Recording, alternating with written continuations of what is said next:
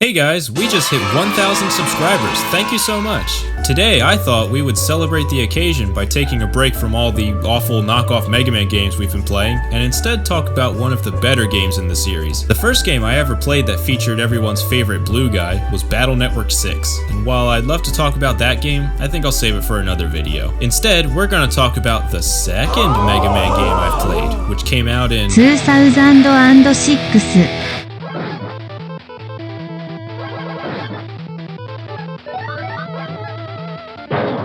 Let's go! Ready? Let's do this! Mega Man Powered Up, or Rockman as it's called in Japan, is a PSP remake of the original NES game, and I was afraid to admit I liked it at the time because of its cutesy, childlike art style. I was a big boy who watched Yu-Gi-Oh! And Sonic. This stuff was for babies. In actuality though, they went with this art style because it was the original intended aesthetic for the first game. It just wasn't possible at the time. The game starts off with a cutscene where Dr. Wily decides to take over the world for seemingly no reason, and steals all of Dr. Light's robots. It may seem rather sudden to you, but I've decided I'd like to take over the world! The voice acting in the game is pretty good, and I think it's a nice addition to the game. We then are thrown into a pretty basic level where we play as Mega Man without his armor, which I think looks kind of weird in this game, but maybe that's just me. And we head over to Dr. Light's lab and are treated to this cutscene.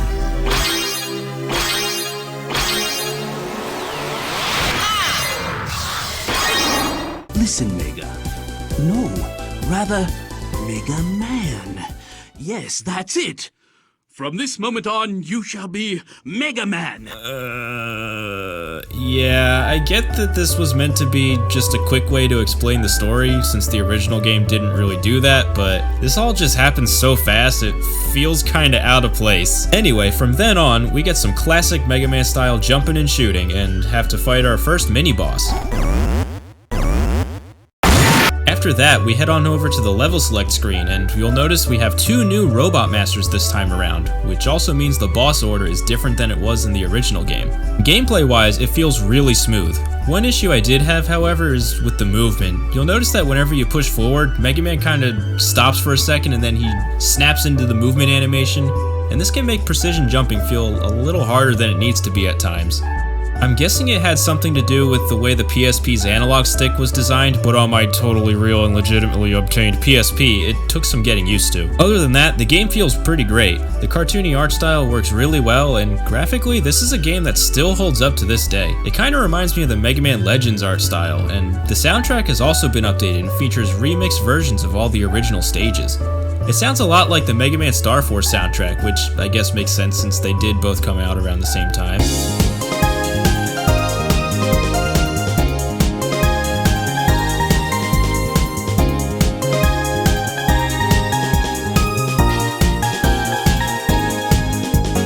The levels are more or less designed the same way as they were in the original, and there are a lot of items hidden behind these little blocks that you can break with their corresponding abilities. It adds replay value to the game, and I thought it was pretty cool, even if some of the blocks are just there for seemingly no reason. Another cool feature of this game is that if you defeat a boss using only the Mega Buster, you can rescue them and unlock them as playable characters.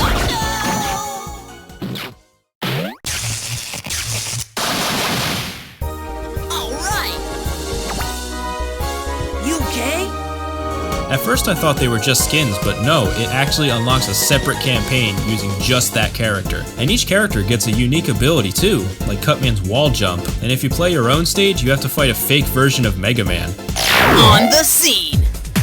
Cutman, I've joined up with Dr. Wily. What about you? Want a cut of the action? However, if you use your special weapons at any time during a fight against a Robot Master, you'll just kill him instead.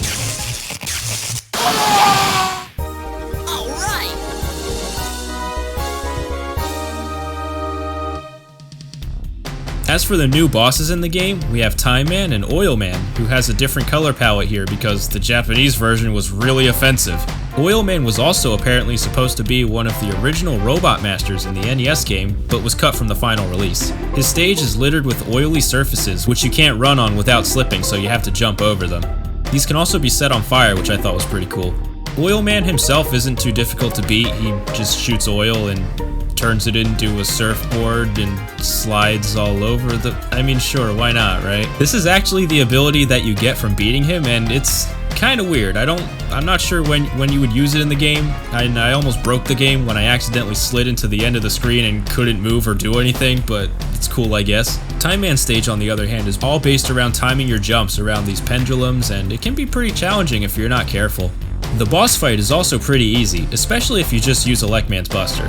His unlockable ability lets you slow down time, which can be really useful for stages like Gutsman's where you have to time a lot of your jumps.